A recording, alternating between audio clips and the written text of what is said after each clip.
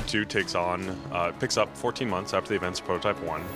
It's what happens after Alex Mercer, or the facsimile of Alex Mercer, takes the nuke offshore, and the nuke, what happens to New York. And basically New York splintered into 3 zones. We can talk more about those zones later. But basically it's then the path of a new protagonist, Sergeant James Heller, on his goal to go after Alex Mercer because he blames Alex Mercer for the death of his family and the destruction of his city. So what we're showing at PAX, we're excited to be showing a brand new portion of the world. It's our yellow zone. Previously, a lot of the viewers and fans have only seen the green zone, which is kind of the safer area of NYZ, New York Zero. And the yellow zone is really, it's where Gentek's labs are. It's where they perform a lot of human experiments. It's where there's an overcrowding because it's people trying to escape the red zone. It's a series of shanty towns. It's overcrowded. It's just generally not the best place to live. We'll also be showing some new abilities, the Heller's new abilities, really showcasing our new ability to hot swap between powers. So the player will actually be able to engage and equip 2 different powers, and without ever bringing up the power wheel, they'll actually be able to choose between the 2 powers, which also makes for a lot of great combinations. Really excited about that. The new features, just really reinforcing kind of where we've gone further with the hunting gameplay that we had shown previously in the green zone, kind of how that works into a new awareness system, how Heller's really bringing more believability and life to the world. How do you make sure Heller feels different than Alex Mercer? And really at the core, Prototype is about the ultimate power fantasy, so you can't rob that experience as you try and bring on a new character to life. But one of the things that we really wanted to separate Heller from Mercer, in the first game, Alex Mercer was kind of, he was apathetic or bummed by his powers, and he was a very confused player, right? He would be tearing people up in the street, and then he'd go visit his sister, and he'd be all very caring. It was very disjointed and very disconnecting. So those are the things we really want to fix with James Heller.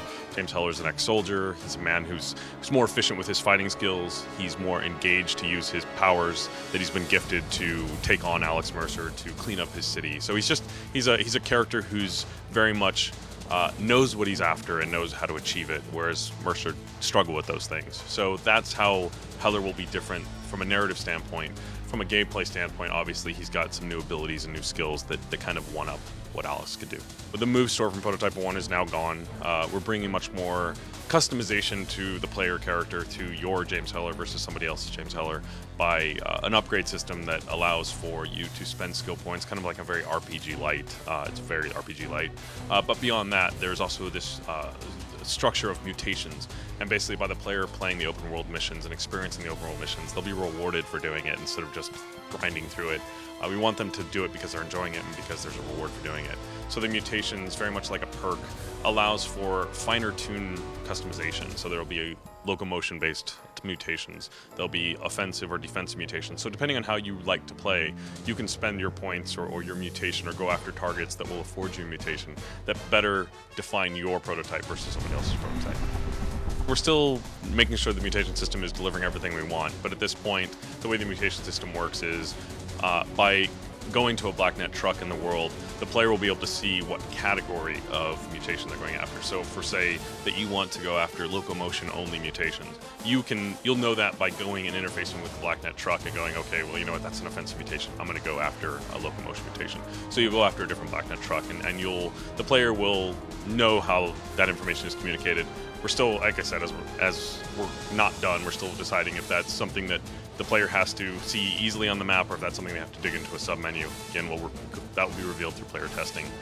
In terms of how those mutations work, we've actually shifted away from having the player have to choose as a choice between this or that, and we've actually moved to an additive mutation system, so your mutations will actually combine on each other.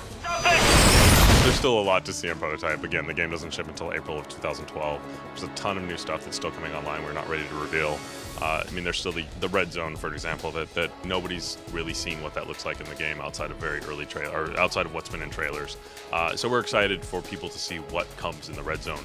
But again, beyond that, there's still more toys and powers to come. Beyond that, I'm not really ready to comment yet. As far as things that we're showing off with this new demo, one of the things we're really excited about is the ability to put people or things down. In Prototype 1, if you pick something up or picked a person up, there pretty much was no choice other than the death of that person.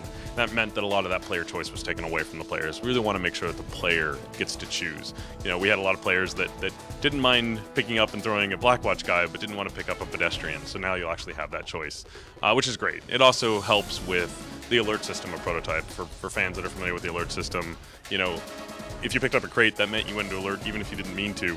For fans that don't know Prototype, you know, it meant that sometimes you caused all hell to break loose when you didn't want all hell to break loose.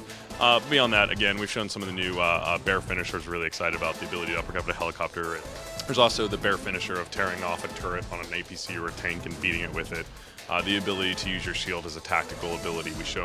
Previously we had shown and talked about the tactical dodge and putting a lot more pace of combat back in the player's hands. We're really excited that we're carrying that further, getting really that combat tuning dialed in.